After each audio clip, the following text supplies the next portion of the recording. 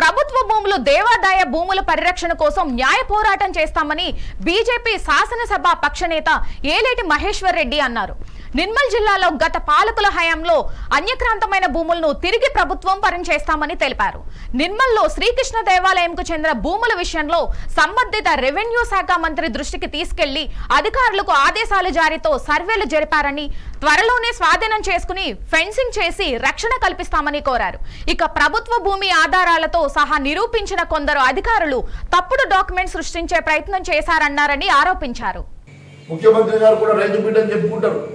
మరి ముఖ్యమంత్రి గారికి బహుశా రైతుకి పెట్టుబడి సాయం ఎప్పుడు అవసరం ఉంటుందో తెలుసు కావచ్చు. తెలిస్తే మరి వెంటనే డబ్బులు వారికి సమకూర్చాల్సిన బాధ్యత మీ మీద ఉన్నది కదా.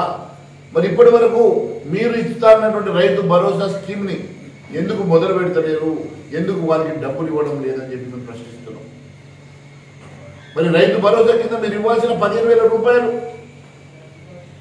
అన్కండిషనల్ గా ఏ రోజైతే మీరు మేనిఫెస్టోలో పెట్టినట్టుగా అన్కండిషనల్ గా ప్రతి రైతుకి ప్రతి ఎకరాకి ఇవ్వాల్సినటువంటి మీరు ఎందుకు దాటవేసే ప్రయత్నం చేస్తా ఉన్నారు?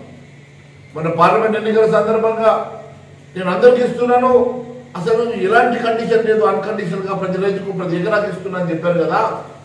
మళ్ళీ ఇప్పుడు వచ్చేసరికి రైతు భరోసాకు వచ్చేసరికి మీరు మళ్ళీ ఎందుకు తాత్పర్యం, ఎందుకు దాటవేసే ప్రయత్నం చేస్తూ ఉన్నారో మరి ప్రజానికానికి చెప్పాల్సిన అవసరం ఉన్నది. మీ మీద రైతులకు అనుమానాలు వస్తున్నాయి.